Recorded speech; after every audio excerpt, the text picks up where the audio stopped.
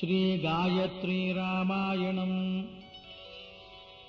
तपस्वाध्यायनिरतम् तपस्वी वाग्विदाम्बरम् नारदम् परिपप्रच्छ वाल्मीकिर्मुनिपुङ्गवम् सहत्वा राक्षसान् सर्वान् यज्ञघ्नान् रघुनन्दनः ऋषिभिः पूजतः सम्यक् यथेन्द्रो विजयी पुरा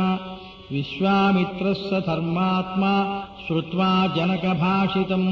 वत्स रामधनुः पश्य इति राघवमब्रवीत्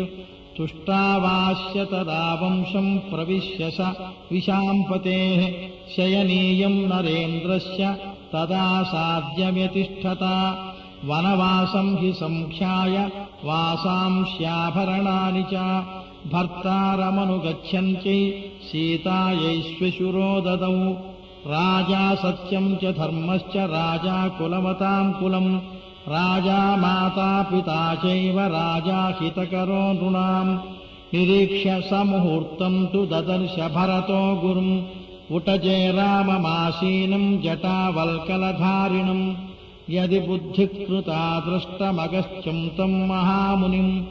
अद्यैव गमने बुद्धिम् रोचयस्व महायशाः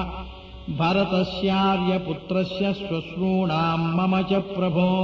मृगरूपमिदम् व्यक्तम् विस्मयम् जनयिष्यति गच्छ शीघ्रमितो राम सुग्रीवम् तम् महाबलम् वयस्यम् तम् कुरु क्षिप्रमितो गत्वाद्य राघव देशकालो प्रतीक्षस्व क्षममाणः प्रिया प्रिये सुखदुःखसहः काले सुग्रीववशगो भव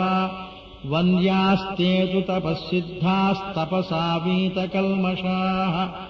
प्रष्टव्याश्चापि सीतायाः प्रवृत्तिम् विनयान्वितैः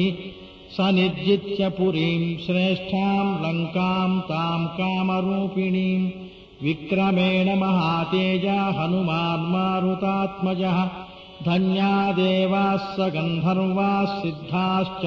परमर्षयः मम पश्यन्ति येनाथम् रामम् राजीवलोचनम् मङ्गलाभिमुखे तस्य सा तदासीन्महाकपेः उपतस्थे विशालाक्षी प्रयताहव्यवाहनम् हितम् महार्धम् मृदुपूर्वसंहितम् व्यतीतकालायति सम्प्रतिक्षमम् निशम्य तद्वाक्यमुपस्थितज्वरः प्रसङ्गवानुत्तरमेतदब्रवीत् धर्मात्मा रक्षसाम् श्रेष्ठः सम्प्राप्तोऽयम् विभीषणः लङ्कैश्वर्यम् ध्रुवम् श्रीमानयम् प्राप्नोत्यकण्टकम् यो वज्रपाताशनिसन्निपातात्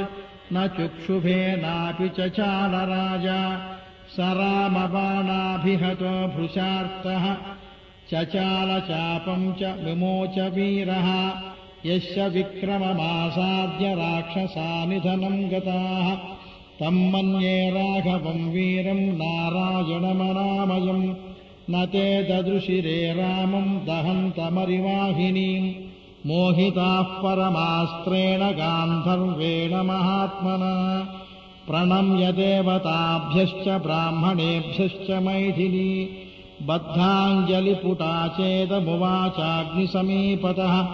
चलनात्पर्वतेन्द्रस्य गणादेवाश्च कम्पिताः